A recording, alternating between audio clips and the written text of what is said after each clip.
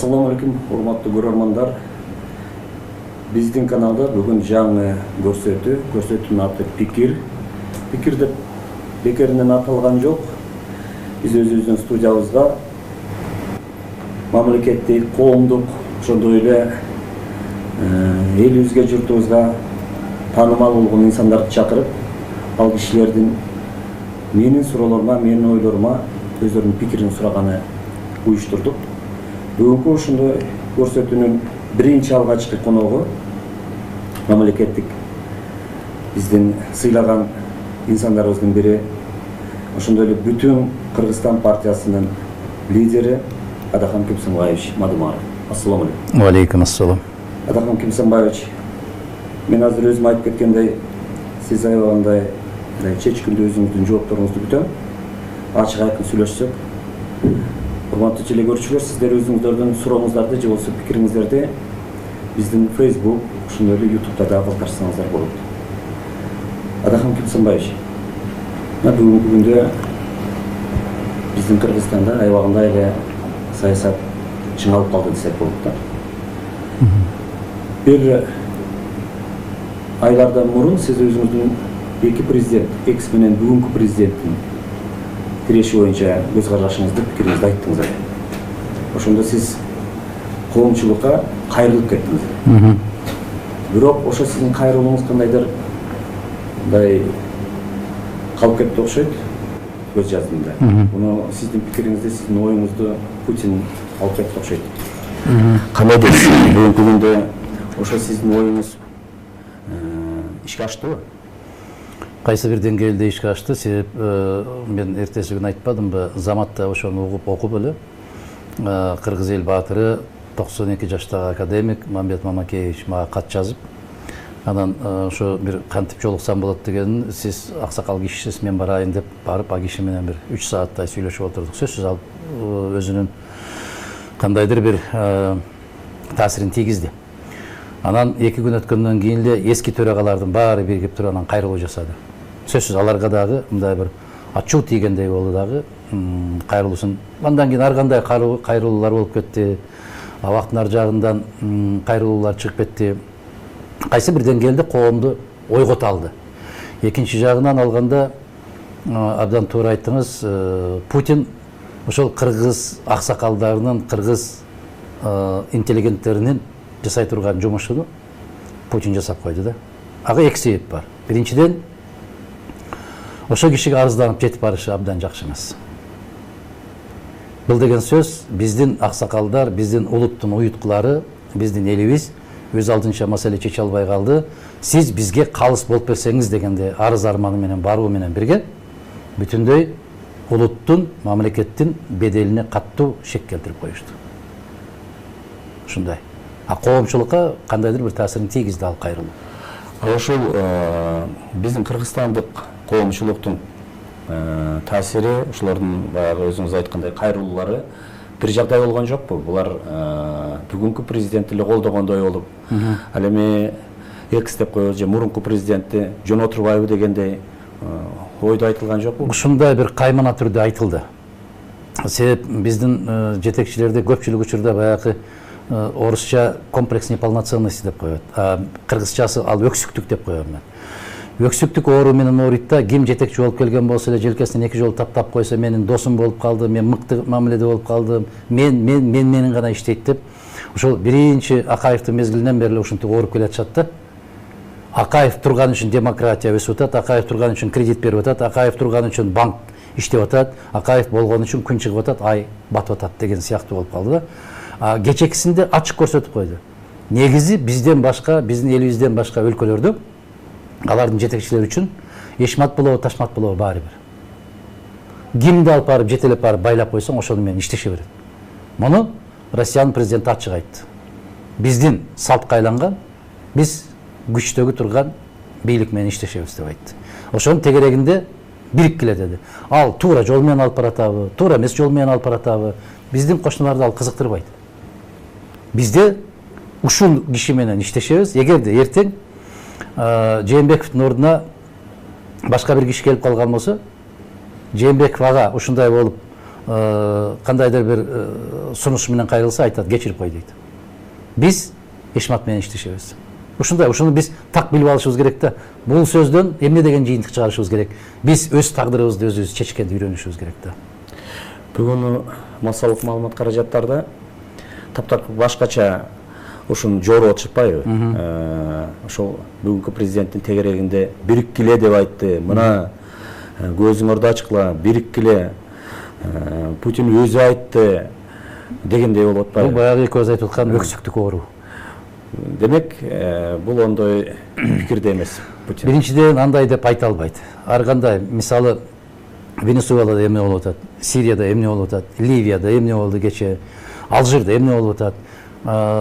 Баары бир айтып атпайбы? Кандай режим болбосун, мага тийбе да. Балдар өзүңөр билгиле дагы бийлигиңерди өзүңөр алып келдиңер, өзүңөр көтөрдүңөр, эми өзүңөр ошону менен чогуу иштегиле деп айтып коюш. Бул эл аралык дипломатиядагы боло турчу иш. Бул протоколдук сөз.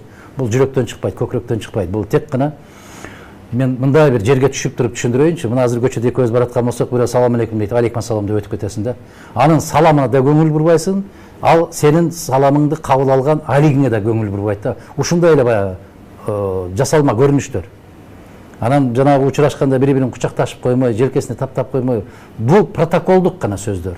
Анан ал айтпайт да. Жакшы эмес баратат, туура эмес жолдо баратат, эми карагыла, өзгөрткүлө деген сөздү айта албайт, айтууга анын укугу да жок да. Мындай бир ынтымакта иштешсиңер деген сөздү бул анын пикири, анын ою. Андан көп нерсе эмес. Эми баягы өксүк оорулар, сабатсыздар, ой, бизди ушу киши ушундай деп койду, биздин тегерегибизге бириккиле деп айтты деп жар салып, аны моундай кылып көкөлөтүп асманга чыгарышы, бул өксүктүк, бул оорукчандык, бул баягы жарым акылдык да. Алихан мырза, мына сиз өзүңүз мамлекеттик кызматтардын дагы бир нечесине кызмат кылдыңыз, иштеп кеттиңиз. Мына сиз ушу дипломатияны да жакшы билген адам катары.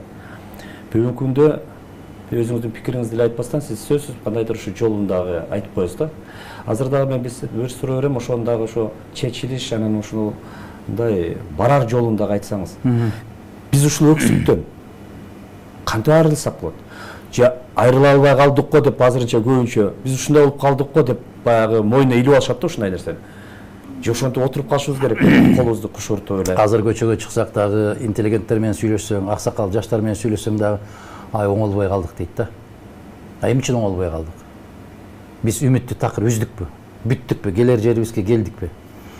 Оңолбой калдык дегенде бизди бирөө келип оңдойбу? Биз өзүбүз оңолушубуз керек да. Сиздин берген сурооңузга кантип токтотсок болот дегенде, биринчи адам баласынын бүт башына үйгөн балеси напсиден башталат. Эгер биз напсини тыйсак, муну кызматка жетишим керек деп көз кызартканды токтотсок, муну байлыкты топтошум керек деп көз кызартканды токтотсок, шайлоодо мен момунча иштеп алышым керек деп токтотсок, мына сиздин калемдештериңиз бүгүнкү күндө баланчыга барып иштесең күнүнө момунча төлөп берет экен деп жетим жүгүрүктөй болуп, шыпыргыдай болуп жүгүргөндөрдүн баарын токтотсок, оңолуп баштайбыз. Бизди Россиядагы, Америкадагы, Кытайдагы, Индиядагы эч ким оңдой албайт, эгер биз өзүбүз оңолуп баштабасак. Ушуну айтып атасыз, жолу барбы дегендей. Жолу бар. Жолу кандай жол менен болот? Намыс ойгонуш керек. Намыс. Биз башта сиздер деле ушуну көрүп калдыңыздар. Бирөө үйгө чакырып чай берип аткан болсо уялат элек да. Эмнеге, кандай максатта дегендей. Анан жанакы бирөө бир садака берип атыптыр десе, ал жерде айланып өткөнгө шашат элек. Себеп баланчы садакадан алып кетип бартыптыр, үлүшүн алып кетип бартыптыр деп, жигиттин сөзү өлгөнчө өзү өлгөн артык дегендей болуп, ушундай нерселерди алгандан уялчубуз да. Эгерде бүгүн бир мунжу майыпка барып көмөк көрсөтүп койсоң, бизге дагы таштай кет деп кыйкыргандан уялбай калдык да. 6 саат аман туруп, бизге дагы карап өт дейт. Мына ушул нерселердин баарын токтоткон болсо, мунун баарынын этегинде эмне турат? Напси турат. Ушуну тыйышыбыз керек.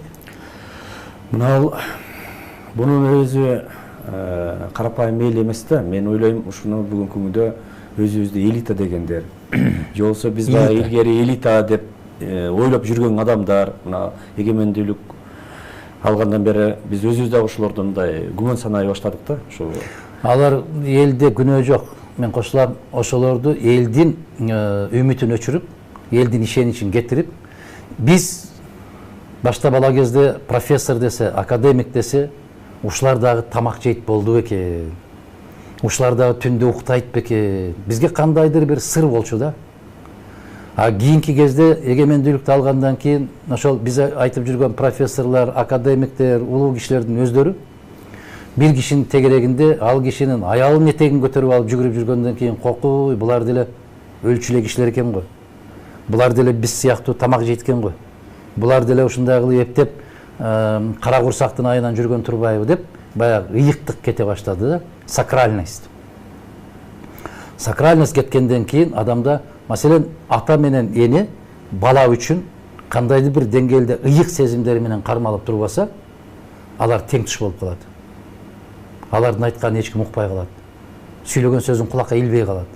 Мына ошол сыяктуу эле ата менен эненин кадыры кандай кеткен болсо, бийлик өз кадырын ушунчалык деңгээлде кетирип алды. Себеп кокустан келген кишилер көп барып калды да ал жерге. Башта биз төш белгисин тагып жүргөн депутатты көргөн болсок, айбыгып, момундай туш чыга албай, жолун кесип өтө албай, момундай айланып өтүп, бу киши эмне дейт экен, эмне чечим айтат болду экен деп күчүбүз да. Эсиңизде болсо, 90-жылдарында аябагандай каттуу элдин башына кооголоң түшүп турганда бир эле кишинин оозунан бир сөздү күчүбүз да. Бүгүн ар бир көчө өзүнүн көчөсүнүн кишисинин сөзүн уккусу келет дагы, ал көчө дагы оң тарабы менен сол тарабы болуп бөлүнүп, 4 кошуна 5-чи кошунага каршы болуп, мына ушундай ыдырап кетти. Касиет жоголуп кетти. Эми ошону кантип кайтарабыз деген сөз пайда болуп атат. Сиздин пикириңизди билгим келет да, ушу элита ким болуш керек? Кимди сиз элита деп санайсыз? Мына кээ бир телекомпаниялар чыгарып атат элита деп. Алардын ичинде элита деген сөздүн ээсине татыксыз болгон деле кишилер бар. Бизде уурдап кеткен, жулуп кеткен, ар кандай шылуундук менен, жалганчылык менен көтөрүлүп алган болсо, коомдун бийик деңгээлине чыгып алса, ошону элита деп. Жок, элита ал эмес. Бизде Алтын мырза, чыныгы элита улуттук каада салтты, улуттун кадыр баркын, улуттук насилди, улуттун уңгусун, уюткусун кармап калган инсандарды элита деп айтышыбыз керек. Мына айыл кыштактарда аябай көп ушундай. Абышка кемпирлер аябай көп ушундайлар. Себеп алар ачка турган болсо дагы, келиңиз аба чай ичиңиз десе рахмат деп коет. А Бишкектеги элита болуп жүргөн миллионерлер чай ичиңиз десе эмне бересиң дейт да. Кандай чай бар экен дейт. Баягы көкүрөгү ток, көөдөнү бай кишилерди элита катарында көрүшүбүз керек. Адам экиге бөлүнөт экен. Бирөө дене мүчөлөрүн машыктырат экен. Булчуңдарын чоңойтуп, момундай кылып кеңейтип, бети башын тазалап, каштарын кырып, чачтарын боёп, керемет көрүнүп элге жасанып чыгып.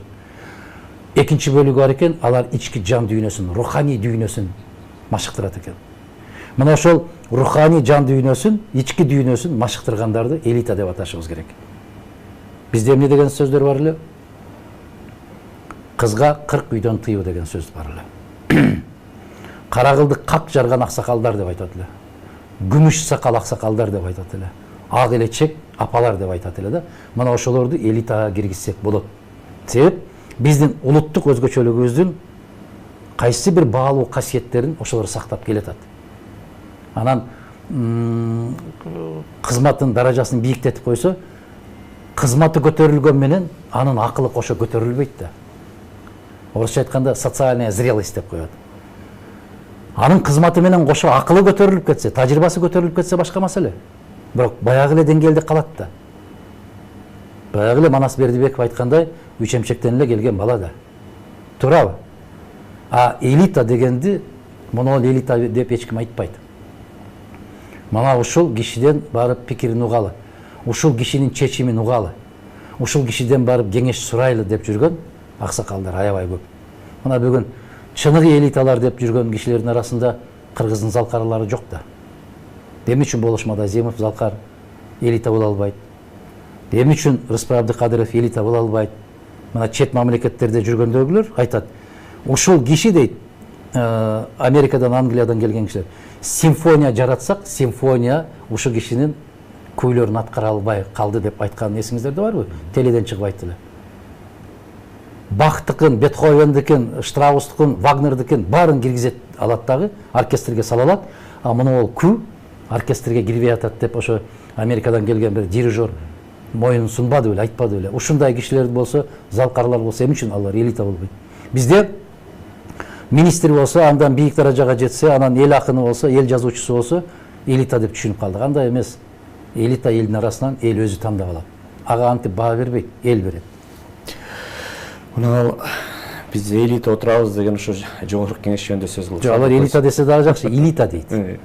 Ошо туурасында сөз кылсак, мына 2020-жылга аз эле саналуу айлар калды да. Шайлоо турат алдыда. Мына сиздин партияңыз Бүтүн Кыргызстан, Аалам партиясы, Ар Намыс партиясы ошол өзүңүздөрдүн шайлоо кодексине сунушуңарды, өзгөртүүлөрүңөрдү сунуштадыңыздар да. Бүгүнкү күнү сиздер ошодон администрациядан эми бүгүнкү күндө эч кимге жашырбай эле бар жокто администрация четет да. Кабыл алып, кандайдыр ошого өзүнүн сунушун, же болбосо оюн, же болбосо жообун бердиби? Мен өткөндө жеке жолугушууда Жээнбековдун өзүнө айтпадымбы? Биз жазуу жүзүндө бердик, кодексти даяр кылып жазып бердик да. Бирок ошону караганга дагы акылыңар жетпей атат деп айтпадымбы? Жана аларчадагы болгон жолугушууда. Андан бери жакында 1 жыл өтөт. А биздин бергенибизге 1 жылдан өттү. Жок, ак деп да, көк деп да айта албайт. Себеп ал кодекс Кыргызстанда ачык, айкын, элдик шайлоого жол ачат. Бул байлар байдай, кедейлер кедейде барат деген сөздү жокко чыгарат. Мына ол жыйындарды областтын же райондун жетекчилери кой айдагандай айдап барып, элди топтоп бербейт. 20 партия катышса, бир күндө 20 жолу жыйын өткөрбөйт. Момундай сиздей болуп алып, журналисттер жыйналат дагы, бүгүн саламаттык сактоо тармагы боюнча сүйлөшөбүз. Ошондо анан жанагы элиталардын жүзү көрүнөт да. Сабаты жоюлганбы, фамилиясын туура жазалабы, Кыргыз Республикасынын премьер-министри деген сөздү туура жазабы же премьер-министр деп жазабы. Эл тандап алсын да күзгү. Мына ошол бүгүнкү күндө жабык мындай бир сандыктын ичинде келип атпайбы? Сандыкты ача койсоң эле ба деп чыга калат. Кокуй ушулар келип калдыбы деп анан эси болуп калып атат. А биздин берген сунушубузда мына ол жигит ушундай.